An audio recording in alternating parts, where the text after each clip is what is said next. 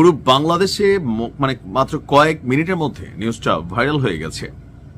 ওপার বাংলা থেকে মাঝে মাঝে শেখ হাসিনা বক্তব্য দেন, তার এই বক্তব্যকে ঘিরে বাংলাদেশে নানান পরিস্থিতি তৈরি হয়। তবে এবার একটা চ্যালেঞ্জ ছড়িয়ে দিয়েছেন ডক্টর মোহাম্মদ ইউনূসের প্রতি।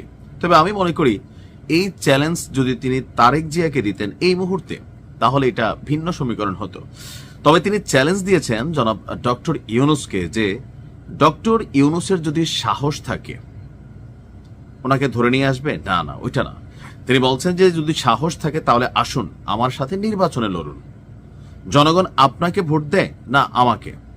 এখন পাবলিক পারসেপশন কি যে এই মুহূর্তে যদি ডক্টর ইউনূস বনাম শেখ হাসিনার মধ্যে একটা নির্বাচন হয়, ব্যক্তি টু ব্যক্তি, দল না, দলের হিসাব আলাদা, তো সেই ক্ষেত্রে আসলে আপনি কাকে ভোট দিবেন কমেন্টে আপনি লিখতে পারেন।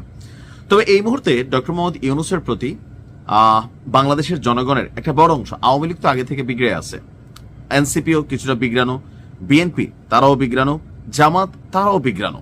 অর্থাৎ এই সরকারটা গঠিত হবার পরে ডক্টর মোহাম্মদ ইউনূসের যে বন্ধন, এটা একসময় এনসিপির সাথে খুবই শক্ত ছিল, পরের বার আমরা দেখলাম জামাতের সাথে শক্ত, সর্বশেষ শেষে তিনি বিএনপির সাথে একটা শক্ত বন্ধনে আবদ্ধ হয়েছেন। ইভেন যে ডক্টর মোহাম্মদ ইউনূসকে 18 মাস আগে মানুষ অনেক ধরনের পজিটিভ কথা বলতো, অনলাইন কিংরা পজিটিভ কথা বলতো, 18 মাসের মধ্যে ওনার অবস্থানটা অনেক নিচে চলে গেছে। এটার মূল কারণ কি? একটা কথা বলি, খেয়াল রাখেন, যিনি ক্ষমতায় থাকেন তিনি সবসময় প্রশ্নবিদ্ধ হন, তাকে নিয়ে আলোচনা হয়, সমালোচনা হয়, তার কাছে পুরো জাতির আবদার থাকে, সেটা হোক ন্যায় বিচার থেকে শুরু করে চাল ডাল বিড়ি সিগারেটের দাম থেকে শুরু করে সবকিছুই। এখন একজন রাষ্ট্রপ্রধানের পক্ষে বাংলাদেশের মতন অনুন্নত একটা দেশে সবকিছু আসলে পূরণ করা সম্ভব হয় না।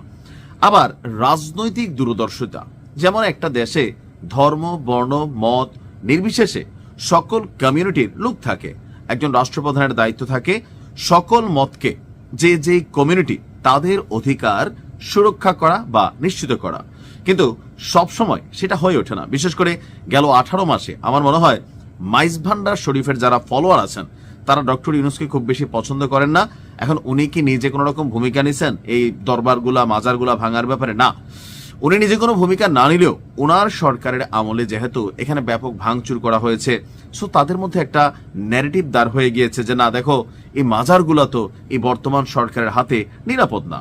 আবার তৌহিদি জনতা থেকে বিভিন্ন ব্যানারে আপনার বিভিন্ন জায়গায় যে ঘটনাগুলো ঘটেছে এটারও দায়ভার কিন্তু দিন শেষে ডক্টর মোহাম্মদ ইউনূসের উপর পড়ে। তবে আমার ধারণা এখন যদি শেখ হাসিনা যে চ্যালেঞ্জ দিয়েছেন সেই চ্যালেঞ্জ ডক্টর ইউনূস গ্রহণ করেন, তাহলে আসলে মাঠে কি ঘটতে পারে? সমীকরণ দুইটা হতে পারে। প্রথমত ডক্টর ইউনূস ব্যাপক হার হারবেন যদি বিএনপি জামাত একজোট হয়ে ডক্টর ইউনূসকে ভোট না দেয়। আবার আরেকটা বিষয় হচ্ছে এই মুহূর্তে বাংলাদেশে আওয়ামী লীগের ইস্যুতে অনেক ধরনের সিম্পেথি আছে, বক্তব্য আছে, কিন্তু যখনই শেখ হাসিনার ইস্যু আসে তখন আমি দেখছি যে আপনার দলগুলো যতই বিচ্ছিন্ন থাকুক তারা একত্রিত হয়ে যায়। অর্থাৎ তারা নিজেরা মারামারি করবে, লড়াই করবে, ঝগড়া করবে, কিন্তু শেখ হাসিনার রিপ্লেসমেন্ট এখানে আনবে বা শেখ হাসিনাকে রিপ্লেসমেন্ট হিসেবে বাংলাদেশে রাজনীতি করতে দিবে, আওয়ামী লীগকে রাজনীতি করতে দিবে, এই পারসেপশনে সবার মধ্যে আবার দেখছি আমি সহমত হয়ে যায়। অর্থাৎ যেই ইস্যুটা আওয়ামী লীগ ছাড়া মুক্তিযুদ্ধ, 71, রাজাকার, চাঁদাবাজি, বিভিন্ন ইস্যুতে আপনার ব্যাংক ঋণ খেলাপি, মনোনয়ন, এগুলো নিয়ে সবার মধ্যে লড়াই টড়াই হচ্ছে, কিন্তু যখনই আওয়ামী লীগ ইস্যু আসে তখন সবাই একমত হয়ে যায়। তো শেখ হাসিনা এই মুহূর্তে যে চ্যালেঞ্জটা দিয়েছেন, সার্বিকভাবে ক্যালকুলেশন করলে রাজনৈতিক দলগুলো একত্রিত হয়ে যাবে, আর সেখানে তারা ডক্টর ইউনূসকে ভোট দেবে, শেখ হাসিনাকে না। কারণ ভোটটা তো আর জনগণই দিবে, তাই না? এখন জনগণের মধ্যে একটা বড় অংশ, যেহেতু মাত্র 18 মাস হয়েছে, আওয়ামী লীগ সম্পর্কে এখনো অনেক ধরনের নেগেটিভিটি জনগণের মাথায় কিন্তু রয়ে গেছে। এখন ডক্টর ইউনূসকে অপছন্দ করে সেটা একরকম হতে পারে, বাট রাইট নাও রাজনৈতিক দলগুলো কোনোভাবেই এই ধরনের চ্যালেঞ্জে ডক্টর ইউনূসকে যেতে দিবে না। আর যদি যায়ও তাহলে একটা ডিজাইন করে পাঠাবে যে আপনি যান, লড়াইটা করেন, আমরা আপনাকে ভোট দিব। আবার ব্যতিক্রমও হতে পারে যে কোনো রাজনৈতিক দল, বিশেষ করে জামাত বিএনপি, দুই দল যদি জোট না থাকে ডক্টর ইউনূসকে ভোট দেওয়ার পক্ষে, তাহলে সমীকরণ ভিন্ন হয়ে যাবে। তা আপনার কি মনে হয় যে শেখ হাসিনা যে চ্যালেঞ্জ দিয়েছেন এই চ্যালেঞ্জে আসলে কে জিতবে? কমেন্টে লিখতে পারেন। ভালো থাকুন, আসসালামু আলাইকুম।